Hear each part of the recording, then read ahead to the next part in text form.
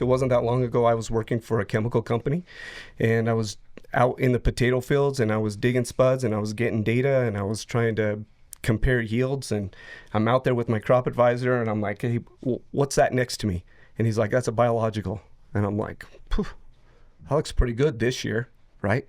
And then year after year, it was consistently there, and it irked me inside that I had a chemical that was getting competition from a biological. So you guys talk about consistency, and you talk about being 10 years ahead, and I have to fire right back and say you're absolutely right. This company's done it right, and they've thought ahead, and just having a product that they can deliver that has in excess of 20 different bacteria in there, that's a big deal. I've sold a bacteria that I disliked, and it was only one strain. And I think I disliked it because it wasn't consistent. You got to think that these are living organisms. And if for any reason that they don't like the soil, maybe it's pH, maybe it's temperature, doesn't matter what it is, then it fails. Well, and we poached a lot of business of that product with Pharmgrades, because we just said, take that $20 bill or whatever it was, and let's put that towards Pharmgrade, and you're going to get more of that single strain, and you get the rest of these for free. And we really did pick it back. I mean, that was tens of thousands of gallons saying, well, somebody recommended this product, and I say, hey, let's take a look at this product. It's going to be a way better bang for the same money. And that's where some of these have evolved into big sales, was, well, we saw something from that. What else can we do, and where else can we go? But there's a lot of money being spent by your big chemical companies to come into the market, and still most of those are single strain. Yeah. I'm trying to think of your 10 to the 1 is a football field, and 10 to the 10th from the Earth to Saturn, the diameter of Saturn. It's a long ways away. How about that? It's and to be difference. Fair, they're picking all-star bacterias. Oh, absolutely. These other companies, they're good. Yeah. But they are limited to 1 or 2 strains. And in the real world, in real practice, you want to hedge your bet.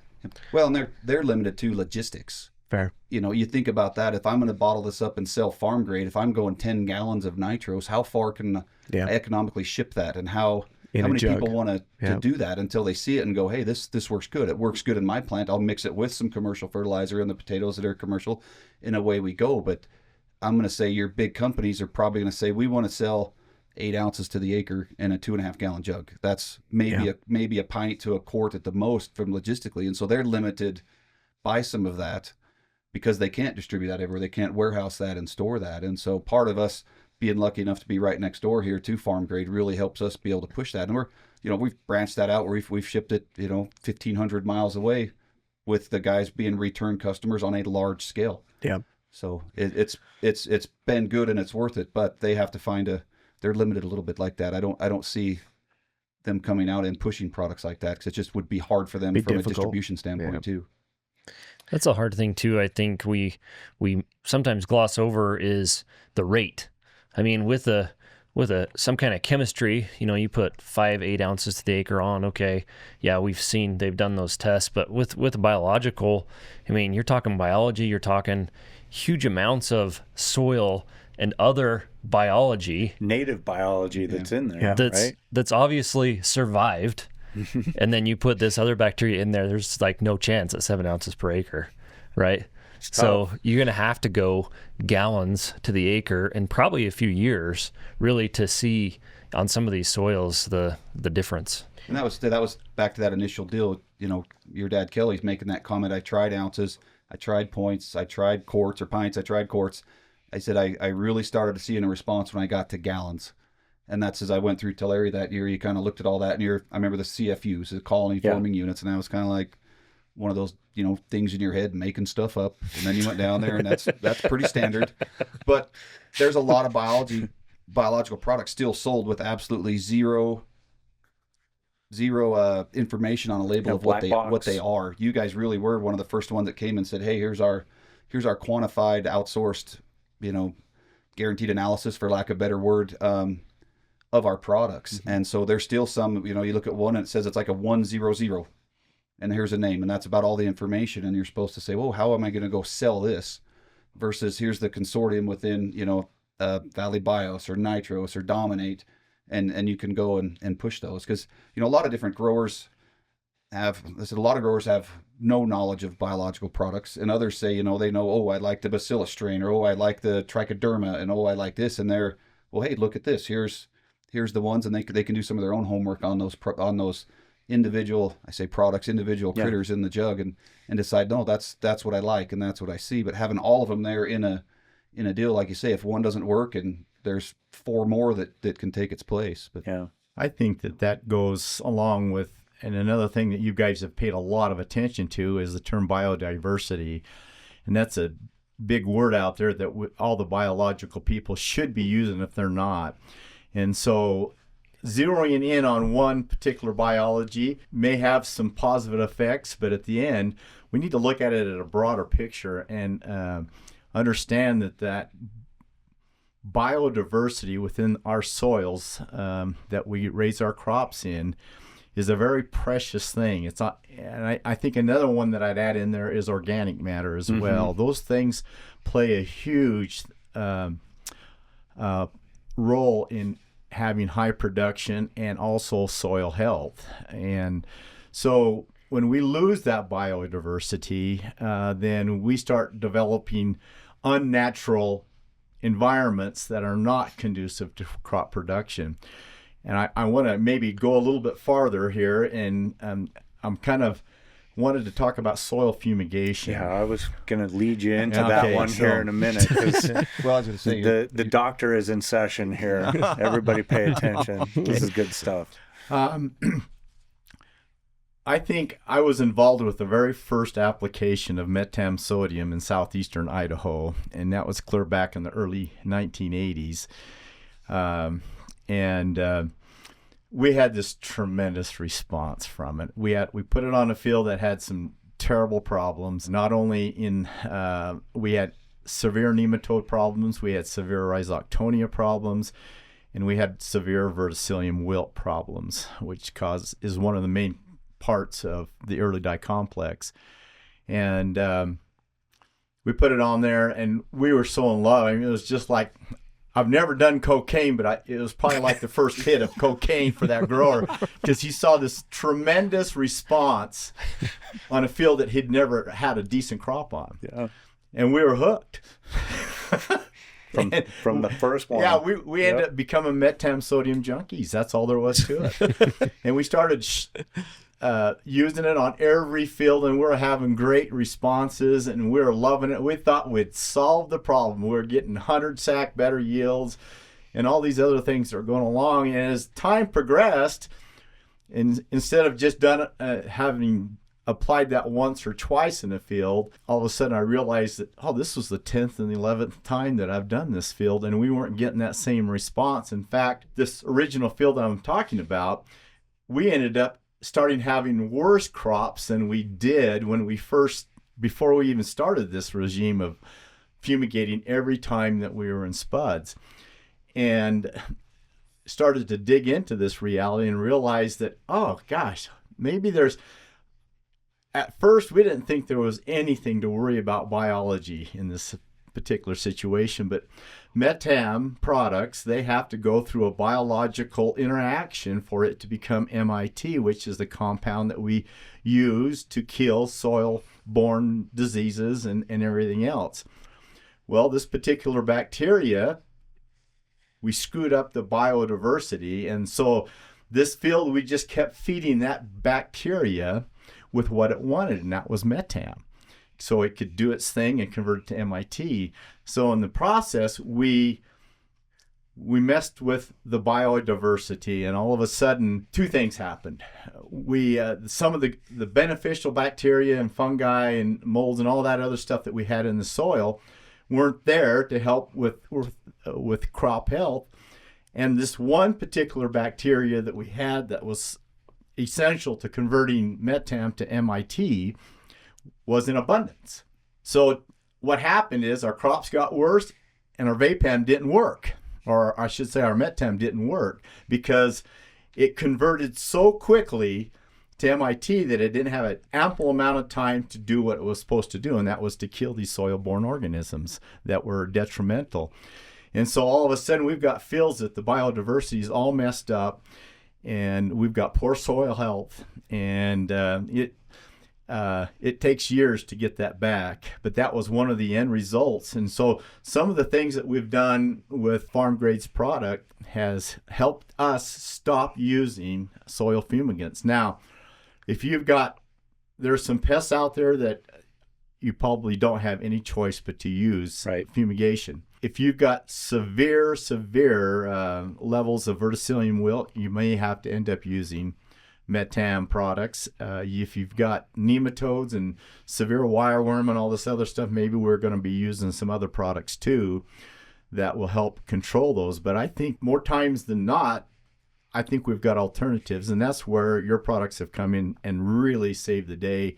I probably do a third of what I used to do when it comes to soil fumigation now, and a lot of it has to do with the use of Dominate and Nitros, and that's really helped us. But I guess I just can't stress how important that biodiversity is. And I think over the years we spent a lot of money testing soils for nutrition, looking at foliar diseases and everything else. We've got that dialed in, and I think the next link is soil biodiversity. Yeah. I think part of that's probably being aware of it, probably being able to sample it and quantify it. But you look at that, how long have you been testing for verticillium in soil? For 100 years?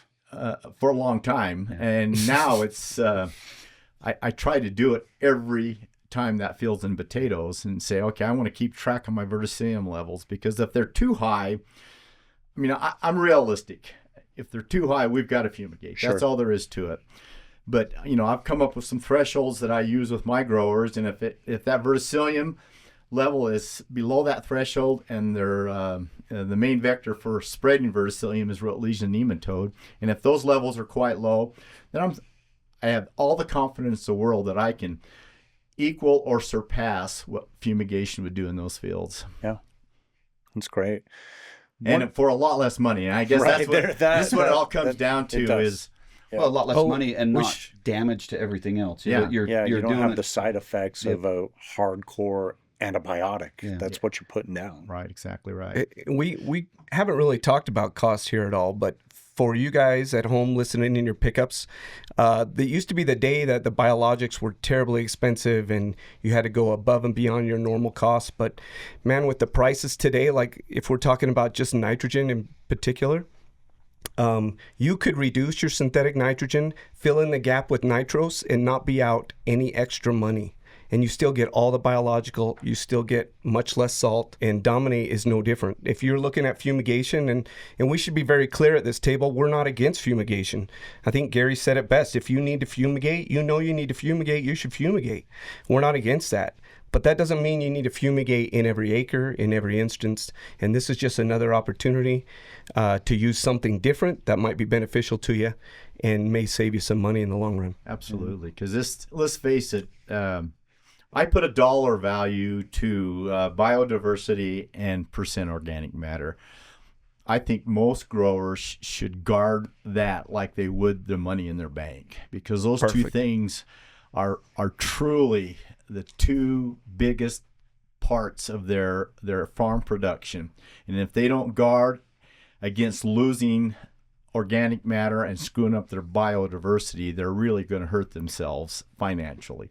So where does somebody start? Like, let's say, I mean, we've got tons of third-party research now on nitros. We use a heuristic, a rule of thumb on 1 gallon can replace about 10 units of nitrogen. I know some of you guys kind of stick to that. Some of you guys just blend it in and just kind of say, well, we're going to put this over and above our regular nitrogen program. Like, McKay, where would you tell someone to start out if they were interested in nitros? Like, what's the highest probability of it working? Well, in my mind, I think foliarly, honestly, I've seen probably the best bang.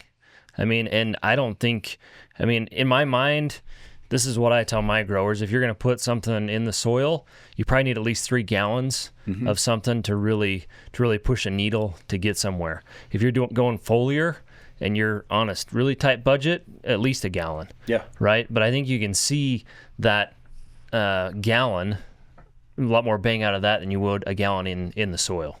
Yeah. So that's where I'd start, on a foliar application that you're already doing. It's not going to cost you anything more for application. Yeah.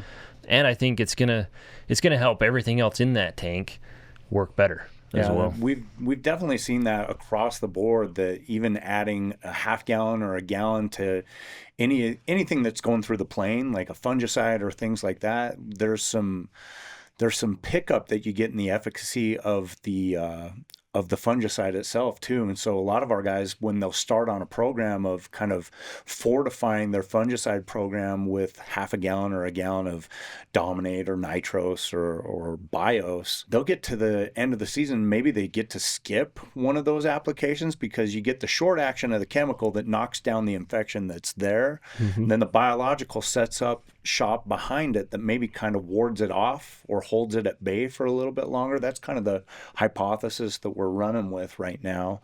And then you just run that. You don't have to run it as many times. We've seen that in wine grapes in California quite a bit. That brings up another point. And anybody that's ever introduced new products to me, and there was always nothing but good said about it, they never said anything bad about it. Well, I'm here to say that every program, every product has its Achilles heel, and I'm going to talk a little bit about that. Let's go. Cut. No.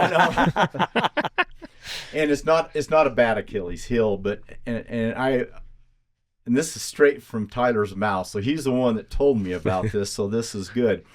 When it comes to early die complex with potatoes, particularly, if you get really behind on your nitrogen levels in your petiole samples early in the season, particularly with some of the new varieties that we raise now, almost every Norcota variety would fall in that category. If you get behind early, you're in trouble. So do not discard your regular program up front if you haven't anticipated that it takes time for biological products to work. And so be careful that you don't shoot yourself in the foot.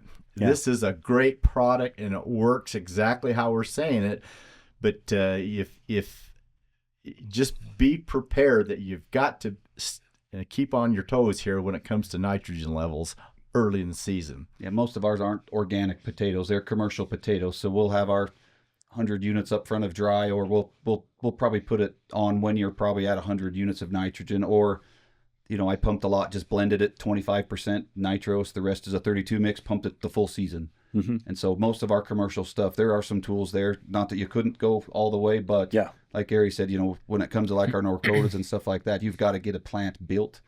And and so I would say it's a tool in the tackle box to add to that with some commercial stuff. And like Gary's talking about, I guess you didn't really word that as a fail, you word that as a watch out. I'll probably go into one where I didn't see a response, and it was in some sandy sand. We were trying to do a Dominate, it wasn't nitros. But we went and just trying to get some trials out. We went and ground rigged it over bare sand that turned into be probably 7 to 10 days before they came back and planted that field. And you think about that, just sand sitting out in the sun, the wind blowing it, baking it hot. I'm going to say, you might say they're in a spore form. You might say something else. I put a living organism in a probably 200-degree soil with the wind and dehydrated. I would say chances are pretty good that was its undoing there. And so you think about that. I'm going to call it a live critter. You're putting it somewhere. You need to put it in an environment that it can live and succeed. And once we push that back to, especially with the nitros going, later in the year when there is some vine, there is some plant to pull that in. Plus, we're irrigating often enough that's not going to completely dehydrate that soil surface like we did when we sprayed it. It changed things, but just remember that it is a living creature, and you go put that in where there's no food, there's no water, there's nothing but heat and wind and getting pulverized by the sand blowing it. So that was probably where I'd call we didn't see a response from that. Yeah. And looking back on that, I'm going to say that has to be exactly why, is we gave it no chance. Yeah, the logistics weren't conducive to it being successful. I'll add to that. We keep using the phrase living organism, and if you think about it with living organism in mind, earlier is always better. Right? These things, they continue out their life. If you can put them on earlier, they will get in the soil, they will reproduce, and they will work for you the entire season. Whereas the failures that I've seen pretty consistently is too late. Yeah. If a guy puts it on too late, he's really shooting for next year. Well, but if he can go early, like like Gary said, if you can go early, it's there working for you, and maybe the plant doesn't utilize it in that moment. But as soon as you get a lull or a time where the plant needs it, it can pull from there.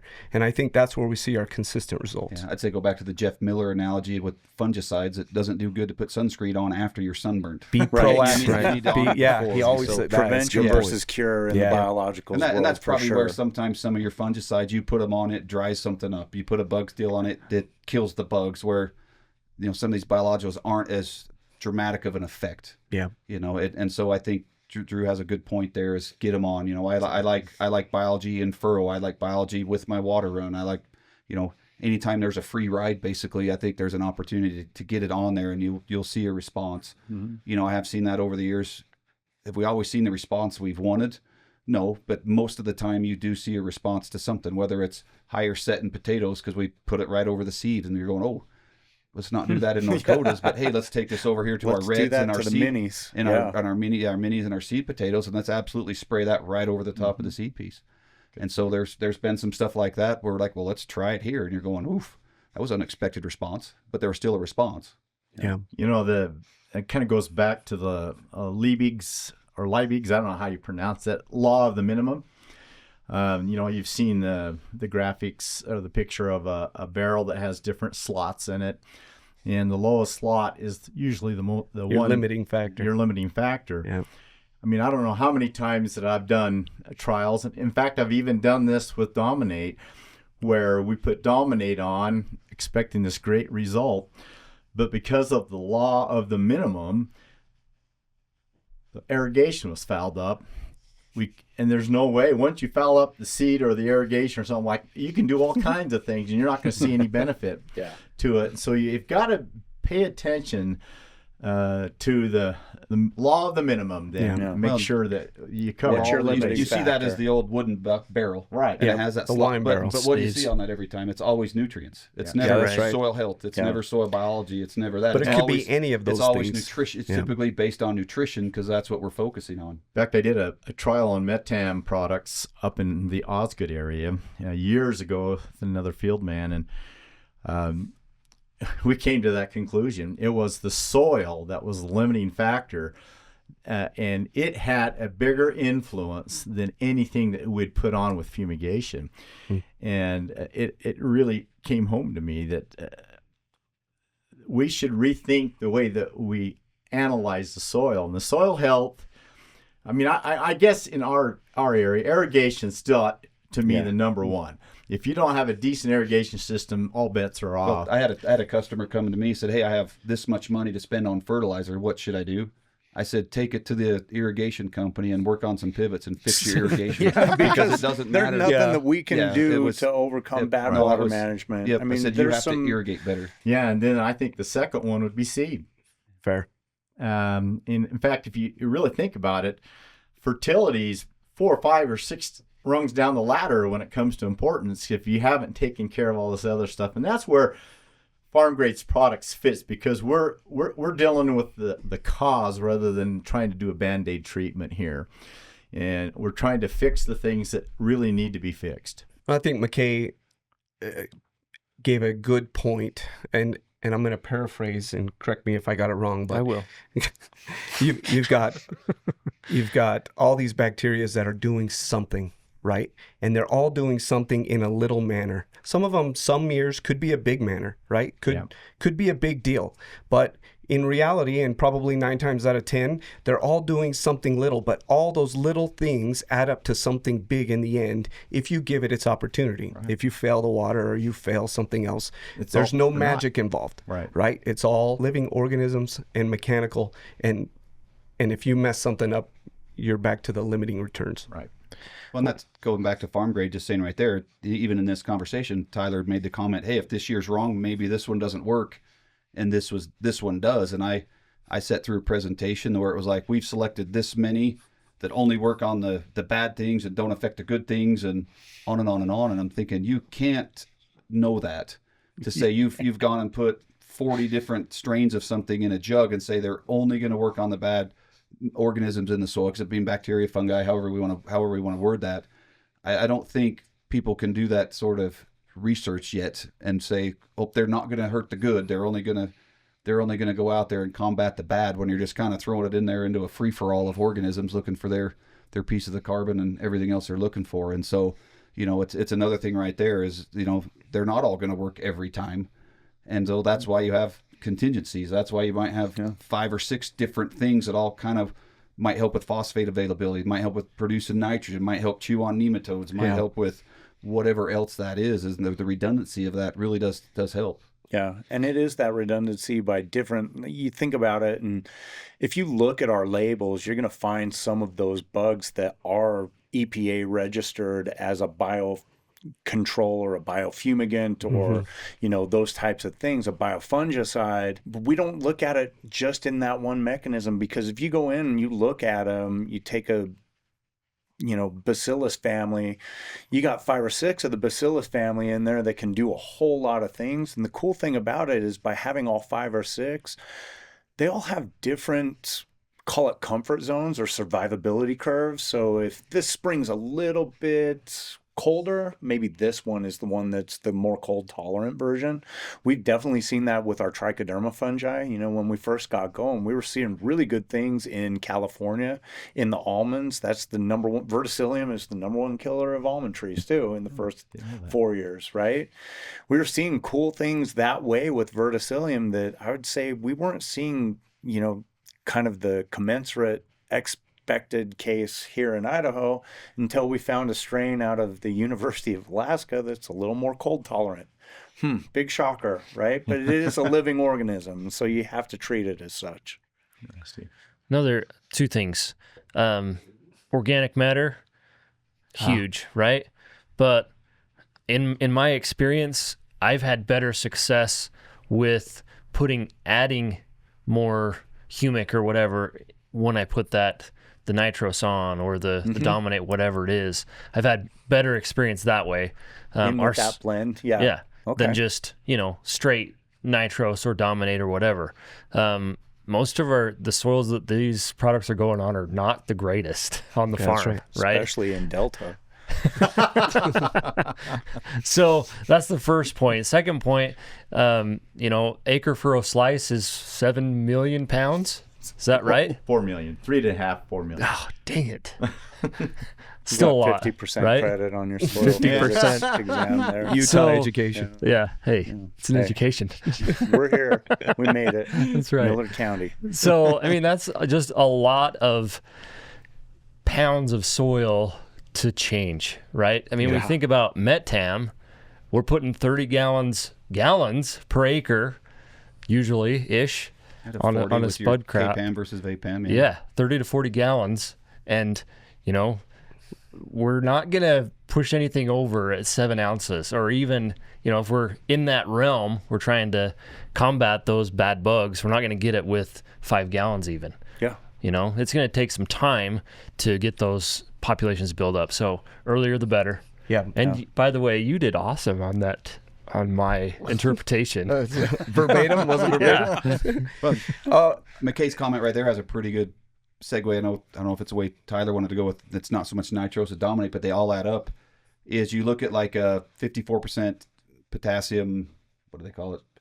Metam potassium. Yes. At 30 gallons, that's a lot of pounds of active ingredient on the soil. And as more and more companies want to say, let's reduce our AI load, if we can look to some of these biologicals and to do a few things like that, 7 ounces of something that's 20% doesn't add up to much. But 30 gallons of something that probably weighs 11 pounds per gallon and is 54% active, that adds up to a lot of pounds of AI. You can cut by 80%. 80% of your chemical AI is in that fumigation. And so it's another opportunity there. We'll still go back to, if you have a problem that needs fumigation, fumigate. But if you're sitting there on the fence and, that's where Gary's done a great job, is kind of coming up with his own protocol of, do I need to fumigate or not? By all means, look at some of these products to replace those products, because it does kick you back way down. They said 80% less AI from a marketing standpoint, and from your, I'm going to call it a green plan, or however you want to work with the process, or who you're marketing your crops to. That's a big deal. And that's not just a potato play. I'm sure that goes into vegetables and berries and everything else too. That's a big deal if you can reduce that AI a long ways. That really will help from a marketing standpoint. Yeah, you get into some of these crops. It's really interesting, especially with like a dominate type product where we're really going after high dose. Our typical application for dominate would be 12 to 15 gallons all up front the fall before we go into the crop, so that it can work on the residual from the crop before, break that down, because that organic matter is really good in the soil. It helps with so many things, like you always got partial credit in soils class if you said add organic matter, right? That at least got you to a passing grade. But it also is where some of the pathogens winter over. You talk about scab, you talk about white mold and some of those things. So breaking that down is helping us to get ahead of the curve there. And then, we look at it from a holistic approach. It's not just that fall application. And there's also nutrient concerns that come in there. I've got guys that have cut their rate of potash fertilizer that they're putting down in the fall and leaving their straw on and using Bios or Dominate to break that straw down and counting on that potassium being there for the next year's crop, and with great results. That's mostly been in onions in Washington, but that's a program that we feel really, really comfortable with. And, their pack out data up there, when we started getting going, they were in the high 80s, 88% pack out. And so that's a measure of what's marketable for those of you that are catching up here. But on the first year that we were in on their purples, on their purple onions, they had to go find more storage because they packed out at 98% using that 15-gallon shot of Dominate the year before, and then another 15 gallons in season. And it just really helped with pink root is the thing that damps off those roots, and that's the nutrient supply to the onion, and then the storability of holding that disease down. It's holistic. It's not just one thing. Well, especially that's the residue breakdown. You're following some grain corn or some earlage corn. There's a lot of residue to break down. Yeah. And that's been, pretty consistent feedback of it. Helps soften those stalks, makes them way more manageable the next year. You have some fry contracts going right in where that's foreign material, and to come back and say, hey, we were in corn last year, no foreign material. I mean, that's a pretty good testimony right there. Yeah. Just saying, hey, that's as advertised. We're breaking down stocks with Pharmgrade's products. And if that's one of the beneficial side effects, even better. If you bought it for some other reason and you get that as a freebie, as a side effect, that's good stuff. Yeah, absolutely. I think there's 3 no-brainers when it comes to biologicals. One is after fumigation, and we talked a little bit about that. The second one would be after compost, which makes perfect sense and is kind of tied to what you said. And the third is if you want to break down organic material. Those are all no-brainers when it comes to biological. You couldn't stop the bacteria from doing it. McKay mentioned going a gallon with his foliar on his, was it your hay or where you started? And I think, something was on my mind with that. You think you kind of got to think of what your program is set for.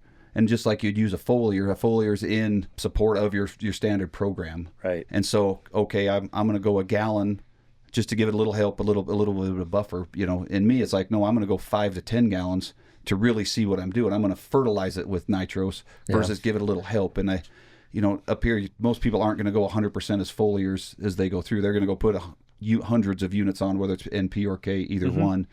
And so I think before you start using those, it's going to be what do I want to see out of this? Do I just want? I'm getting a pass over it. I'm going to put, a gallon of a phosphate product, and I'll put a gallon of nitros, and I'll kind of cover my bases, and away I go. Or hey, I really want to see that response, and I'm going to go 5 or 10 gallons. I think Gary, with your salt problems, Gary and I kind of have different. He's chasing salt. I'm chasing sand where nothing holds the nutrition.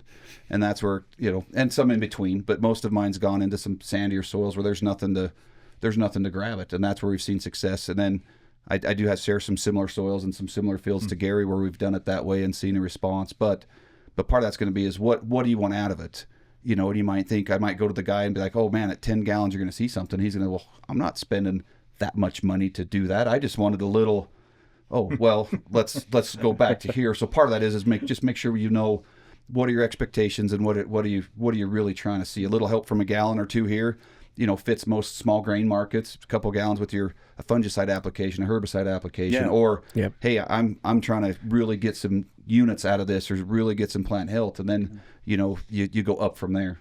So You know, a closing thought that I just had too, and it goes along. I think Kelly made a great point there. I've had egg on my face a lot of times through my career, trying to introduce a practice that I see another grower doing, and telling another grower about that practice.